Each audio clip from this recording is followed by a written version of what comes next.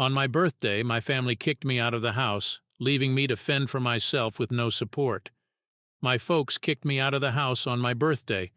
I worked for years to turn my life around, and when I did, they came back to try and take everything from me. I was barely 18 and still in high school when I got kicked out by my parents and my spoiled brat brother. Honestly, I wasn't too mad. Couch surfing was better than living with them. They didn't even show up for my high school graduation. Life was tough for a while. Being homeless makes it hard to find and keep a job. Without a job, finding a place to live ain't easy either. My parents never reached out once. There were times I thought about begging them for forgiveness, but I'm glad I didn't. Years later, I got a retail job and worked my butt off to rent a condo. Life got better, and even though I couldn't save much, at least I had my own place. I rented with someone, but it was better than being homeless. Then life took a nosedive again. The start of the 2020 pandemic hit me hard, and everything I worked for vanished. I lost my job and couldn't renew my lease because my roommate also lost his job. Neither of us could afford the place on unemployment money. When the lease was ending, my roommate left early to move back in with relatives. I had to sell almost all my stuff because I was about to be homeless again. Thankfully, I had a plan. Years ago, I bought a truck because I've always loved trucks. I found a $1,000 camper in good shape, and when I finally got a new job, I practically lived in the back lot of the building by the warehouse in old employee parking spaces. No one else bothered using them because they were so far in the back. My boss, the company owner, liked this arrangement because I was available to take any shift as long as I had enough sleep. He let me take the camper off my truck and set it up in one of the spaces so I could drive around without it. I'm not sure if this was legal, but no one bothered us. I didn't have to deal with many trespassers. There were a few, but security guards escorted them out. I was on call almost all the time and worked virtually every day. My boss let me plug my camper into the building for power and water. I paid a small rent by working for free on Sundays when no one else was in the office but the janitor and security guard. Beyond that, I usually showered at a friend's apartment or my local gym since the camper didn't have a shower, only a portable toilet. I didn't want to fill it because emptying it is nasty, so I used other bathrooms as often as I could. I had a key to the warehouse and could use the bathroom there at any hour. I was on a first-name basis with the night security guard, who's now one of my closest friends. The camper was easy to heat in the winter with a small electric heater. Summers were not fun, though. The camper didn't have AC, so I got a USB portable air conditioner to make it bearable. I made a lot of overtime pay and learned some new skills. Midway into this year, I landed a better position as a supervisor and started making a better salary than my old job. That's when I decided I wanted a house. Losing my condo made me realize I needed something more stable long-term. I found a 3-bedroom manufactured home on a small property just 2 miles away. I got it for $10,000 less than the asking price. I used nearly my entire savings for a down payment and got approved for a home loan. I finally didn't have to live in a camper anymore.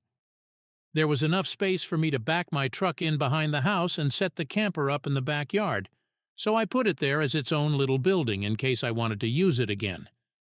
When I was settled in the house, I was dumb enough to brag about it on Facebook. My family saw the post, and that's where this crap started. After a few weeks, my parents, brother, and his family came to visit unannounced to have a tour of my home. I didn't give them my address, so I don't know how they found out where I lived. None of my friends confessed, and no family members visited before that, so I wonder if they stalked me at work and followed me home. It wouldn't surprise me. Once I opened the door, they all shoved their way in like tourists, then started making themselves at home. They kept poking around, and Nancy had this creepy smirk she kept flashing me. It was only later that I figured out why they visited, and their reason made me madder than a bull on steroids that just got stung by a hornet.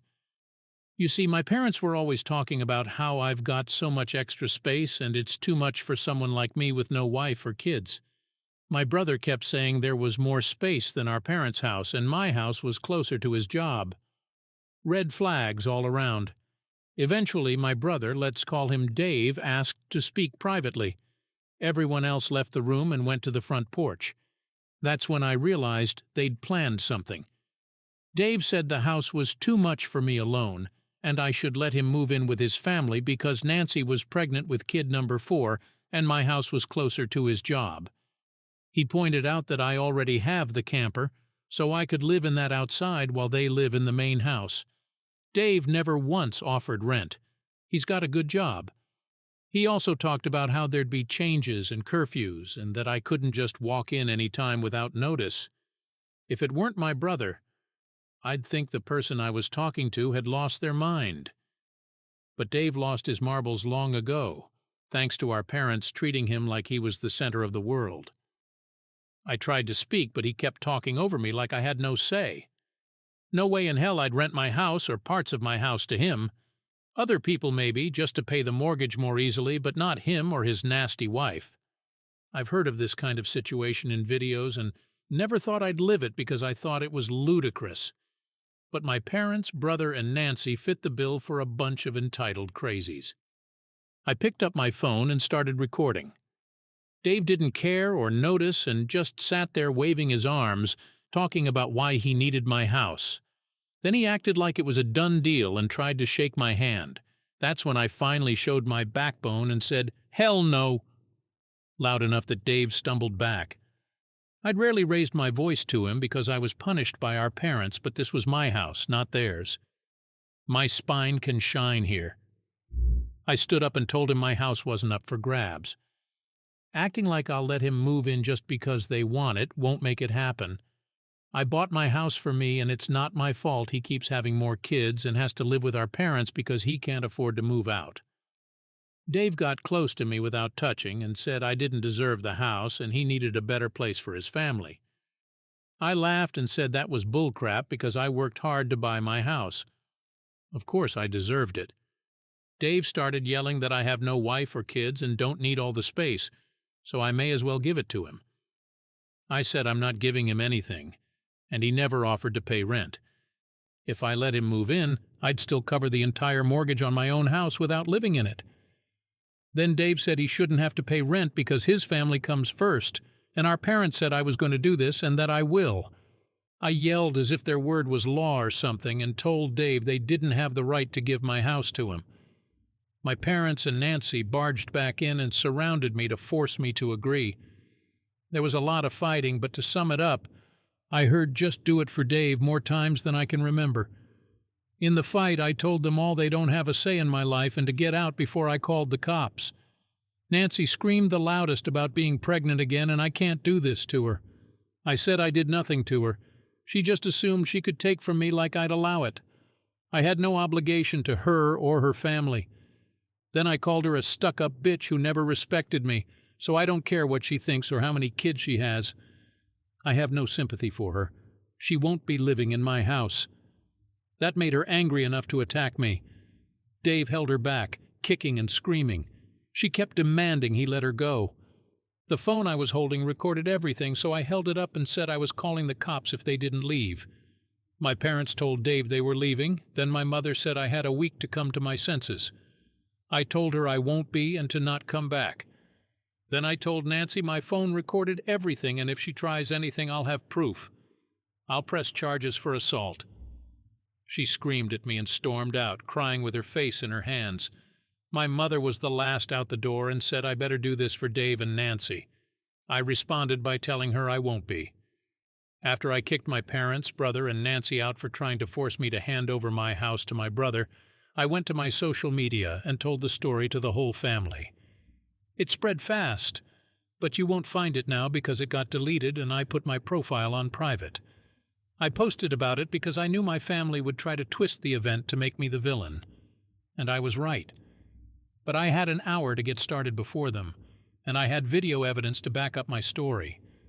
Being preemptive worked because I got a fair number of family members on my side right away. My parents Dave and Nancy must have been set to write their own post, but it was too late, so they didn't bother lying much. My parents Dave and Nancy had a few flying monkeys supporting them, but not much else. Plenty of others knew how entitled they were, so they understood what happened. One person called me. I don't know who they were, but they ranted that I was a horrible brother and needed to make way for a real family man. I ended the call and blocked the number. This didn't repeat. The week went by, and my parents showed up with Dave at my front porch, just like they said they would in their ultimatum. They rang my doorbell like crazy and pounded on the door until I finally answered. I opened it just a crack, and they tried to shove their way in again, but I'd installed a couple of latch chains that prevented it and even braced my body against the door for good measure. My father and brother demanded I let them in, but I said I was recording everything on camera and would call the cops if they tried to force their way in again. My mother calmed them down and then, in her most sickly sweet tone, asked if I was ready to let my brother move in. I told her and the rest of them to F off and never come back. My mother put on the crocodile tears and asked why I couldn't just do this for Dave because he's my beloved brother. I laughed and bluntly said I do not love him as a brother because he treated me like crap for years, and they encouraged him to do so. They are terrible parents, and he is a terrible brother. Then I told them to leave, or I'd be calling the police ASAP. They all left surprisingly easily, apart from my mother's loud crying and the others giving me dirty looks. One could say making them leave was suspiciously easy. I thought the mess was over, but I should have taken them more seriously because they had other stupid plans.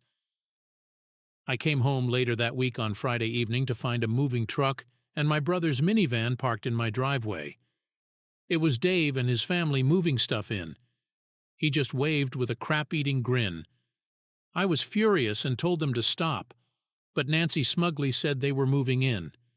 Then, in the most fake way while tilting her head and puckering her lips, she said it was okay because my mommy allowed it, and I should always listen to what my mommy tells me. I seethed with rage hearing those words and seeing her smug face, so I locked myself in my truck to call the cops. When they realized what I was doing, Nancy started pounding on my window and yelling at me to stop and that I can't do this to her because she and Dave need the house. She cried, "Why can't you just do this for Dave?" I responded with, "Screw Dave, it's my damn house, not his." Then she threatened to key the side of my truck unless I stopped calling the police, all of which the 911 operator heard thanks to the window being slightly open. I told Nancy if she damaged my truck, I'd sue her, and she was smart enough to retreat. When the police arrived, Dave and Nancy, along with their kids, had locked themselves in my house. I told the cops what happened and showed them my new driver's license with my current address. When we went to my front door, I saw they'd changed the lock, and the old lock was on the porch with the center drilled out. The drill they used was next to it with a complete harbor freight drill bit set. Could they have been any more stupid, leaving evidence out like that? I pointed out the broken lock and drill, then gave the police a rundown on all the events. I guess Dave called our parents over at some point after I arrived home because they showed up while I was talking to the cops. My parents lied and said I'd agreed to rent my house to my brother and his family. I said that was a lie one way or another. Dave and Nancy finally came out with some papers in hand. They looked super smug, like they'd outsmarted me. They'd drawn up and printed a fake rental agreement, but my signature was not on it. There was one, but it looked nothing like my handwriting. I don't think any of them have seen my signature, so that was incredibly stupid.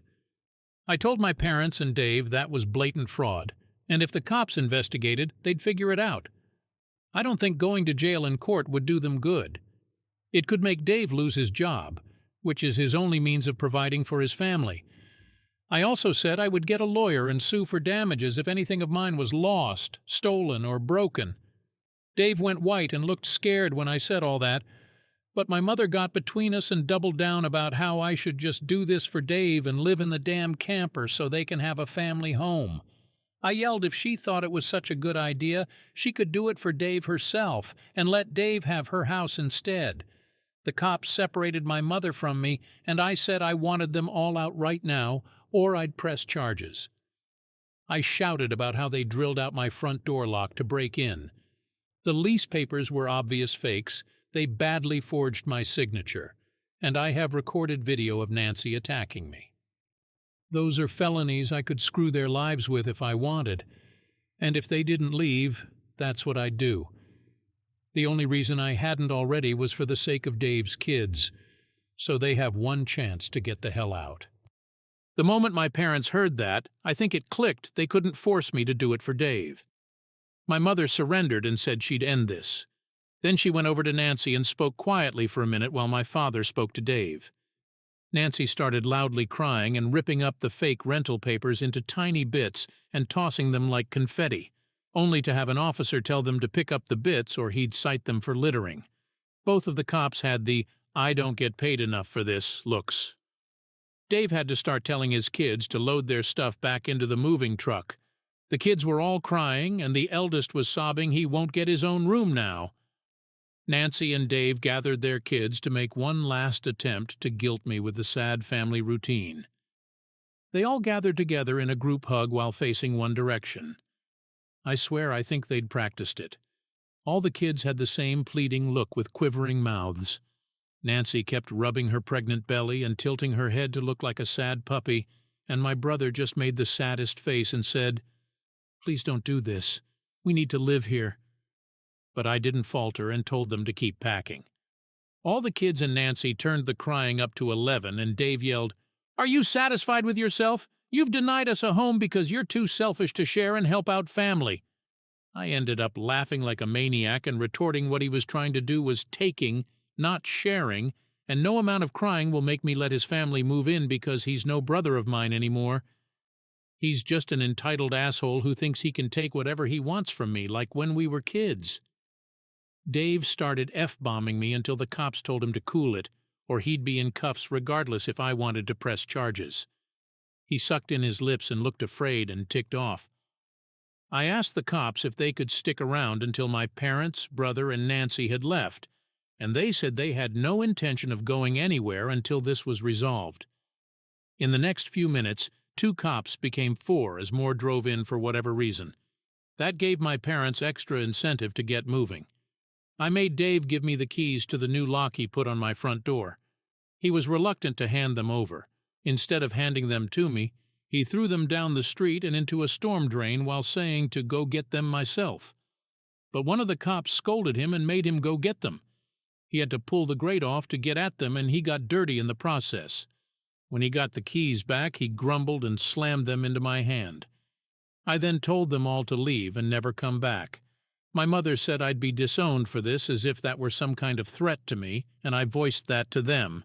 Then, in an overly sarcastic tone, I said, "Oh no, that means I won't get to come to any holidays with you guys, where I always get treated like crap by you all anyway because Dave has always been your obvious favorite. You treated me so badly growing up that if Dave ever needs an organ donor, I'd show up to the hospital to laugh at him. So do like you always told me to do when I was mistreated by all of you and suck it up." My parents were floored after I said all that, and the quartet of cops were looking judgmental at them. I tell you, if you want to put nasty parents on the spot, confront them in front of cops because they'll likely not try anything stupid then. My mother started crying and walking away. My father stood there looking like he wanted to lay hands on me, and Dave just held his kids in defeat. Oh, and Nancy was off having a tantrum in my front lawn. Soon enough, they formed a line handing out boxes and got their stuff out of my house. Nothing had been unpacked yet, so it was all taken out quickly. But while doing it, my mother kept saying it wasn't too late and I could still do it for Dave several times, each time trying to bargain more to make me change my mind. She said Dave could pay rent if I let them stay, and when that didn't work, she said I could move back in with them to let Dave rent my house so I wouldn't have to share the building. I told her to shut up and keep packing boxes because I don't want Dave or his family around. I don't want his money, and I certainly don't want to live with him or my parents again after the way they treated me. Making a deal with my parents would be like making a deal with the devil to me. Nancy had another tantrum after hearing that and threw a box down, then sat on the ground to have a pity party because she didn't want to go back to sharing a house with my parents. She just sat looking angry and sad until everyone else was finished. She didn't even want to get up when it was time to leave. They finally got everything out of the house and into the truck. Before they left, I laid into my parents one last time about all the crap they put me through growing up, and with 4 cops right there, they couldn't do much other than stand and take it. I called them out on so many things that happened and pointed out how they couldn't do something nice like letting me stay over with my camper when I was homeless and trying to get back on my feet. How they let Dave and Nancy ridicule me and call me a bum. Well, who's the bum now? They wanted to kick me out of my house so Dave could stay in it free of charge, yet when I needed a place to go, they wanted to gouge me for more than I could afford to park my camper when they knew I was out of a job. There were more judgmental stares from the cops when I said all that. So I put my parents on the spot one more time and asked them what I ever did other than being born to deserve being treated so badly. Because when I finally have a bit of success, they want to snatch it away from me for their favorite child. Since they'd rather I give everything to Dave and have nothing for myself, I bought my house using the money I earned. I owed them nothing, and I won't be asking anything from them again because clearly I will never be anything more than a doormat or a cash cow in their eyes. I got no answers from them. They just stood there looking like fish out of water. So I continued ranting and asked them what in God's name made them think they were such good parents after all that. My father was beet red, but more from embarrassment than anger, and my mother was crying that she was a horrible person. I bluntly agreed she is a horrible person. They all are, and I bet they'll go to hell for it too. They were crappy people and they all knew it. But if I'd called them out on this stuff in private instead of public, they'd just get mad at me and still act like I'm in the wrong. They kept up the denial so long it became part of who they are. My mother buried her face in my father's jacket to cry, and my father looked more defeated than I've ever seen him. Dave and his family avoided me entirely as they finished putting everything back in the moving truck. I made sure nothing of mine was stolen, not that I'd had a chance to get much furniture yet. They got back in their vehicles, and Nancy just stood staring at me with malice until Dave finally got her to drive the minivan home. As soon as they were gone, I got back online and spilled the beans on what happened. My parents were too embarrassed to try and defend their actions. While the family was somewhat split before this, it was now a landslide in my favor. Nearly all the family sided with me after this incident, and those who haven't simply aren't siding with anybody. No matter how much my parents tried the "we did it for Dave" line, no one listened anymore. So any remaining support they had is now gone. Many in the family who I expected wouldn't side with me did. That includes the former flying monkeys, so I guess they've had enough.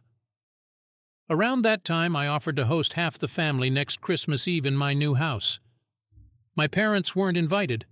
I wasn't blocked on my brother and Nancy's profile, surprisingly, and I saw Nancy had her fourth baby in early November. They are still living with my parents.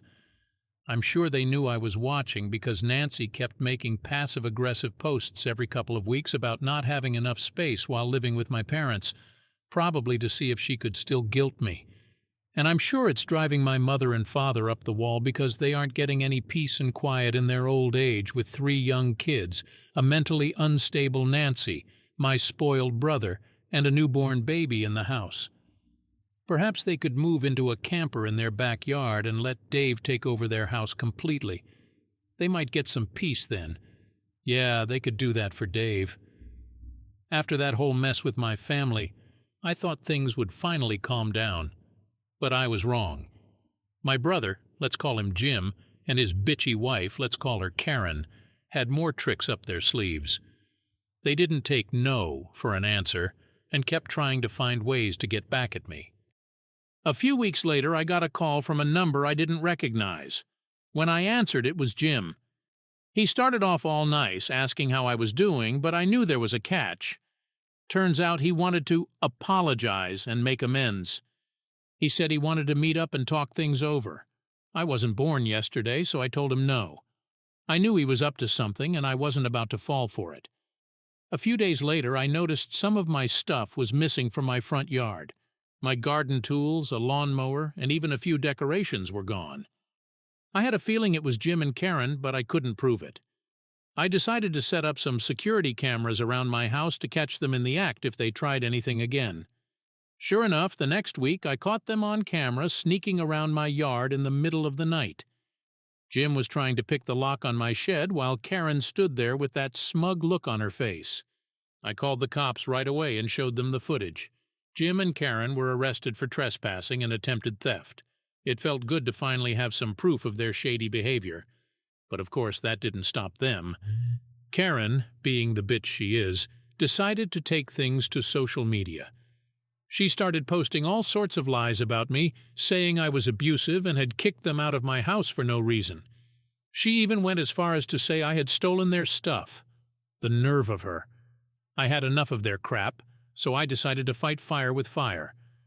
I posted the security footage on my own social media, showing everyone what they had been up to. The support I got from friends and family was overwhelming. Most people saw through Karen's lies and sided with me. Karen didn't take too kindly to being exposed. She showed up at my house one day screaming and yelling, demanding that I take down the footage. She was waving her arms around, making a scene, and calling me every name in the book. I told her to get off my property or I'd call the cops again. She didn't back down, though. She kept screaming, "You can't do this to me! We're family!" I had enough. I got right in her face and said, "Family doesn't treat each other like this. You're nothing but a lying, manipulative bitch, and I'm done with you." She tried to slap me, but I grabbed her wrist and pushed her away. "Get out of here, Karen, and don't come back." She left in a huff, but I knew this wasn't over. Jim and Karen were like cockroaches. They always found a way to come back. Sure enough, they tried to file a restraining order against me, claiming I was harassing them. The court didn't buy their story, especially after I showed them the footage and all the social media posts. The judge dismissed their case, and I thought that would be the end of it. But Karen, being the spiteful bitch she is, couldn't let it go. She started spreading rumors around town, telling everyone that I was a terrible person. Some people believed her, but most knew better. The ones who knew me stood by my side, and that made all the difference. One day I was at the grocery store when I ran into an old friend. Let's call him Mike. He had heard all the rumors and wanted to know what was really going on. I told him everything, from being kicked out by my parents to Jim and Karen trying to steal my house. Mike was furious on my behalf. He said, "Man, you don't deserve this crap. If you need anything, you just let me know." It felt good to have someone in my corner. Mike and I started hanging out more, and he helped me fix up my house. We put up more security measures and made sure everything was locked up tight. Jim and Karen didn't dare come near my place again. With all the stress from dealing with my family, I decided to take a little vacation. I booked a cabin up in the mountains for a week to clear my head. It was peaceful and quiet, just what I needed. I spent my days hiking and fishing, enjoying the solitude. For the first time in a long while, I felt at peace. When I got back, things had calmed down a bit. Jim and Karen were still living with my parents, but they kept their distance. I heard through the grapevine that my parents were getting tired of having them around. They were starting to see what a nightmare Karen was, and it gave me a small sense of satisfaction. One day, out of the blue, I got a call from my parents. They wanted to talk. I was hesitant, but decided to hear them out. When I got to their house, I was surprised to see Jim and Karen weren't there. My parents looked tired and worn out. My mom started to cry and said, "We're sorry, we didn't realize how bad things were until now." My dad nodded and said, "Jim and Karen have been causing us so much trouble. We should have listened to you." I didn't know what to say. Part of me wanted to forgive them, but another part was still angry. "You guys put me through hell," I said. "I don't know if I can just forget that." My mom sobbed, "Please, we just want to make things right." I sighed and said, "It'll take time, but I'm willing to try if you are." They nodded, and for the first time in years, it felt like there was a chance for things to get better. Jim and Karen eventually moved out of my parents' house, much to everyone's relief. They found a small apartment across town, and from what I heard, they were struggling to make ends meet. Karma, I guess. As for me, I continued to work hard and make a life for myself. Mike and I became best friends, and he was always there to lend a hand. My parents and I started to rebuild our relationship, slowly but surely. It wasn't easy, but it was a start. In the end, I learned that family isn't just about blood. It's about who stands by you when times are tough. And sometimes you have to stand up for yourself, even if it means standing alone. Jim and Karen might have tried to tear me down, but they only made me stronger. And for that, I'll always be grateful.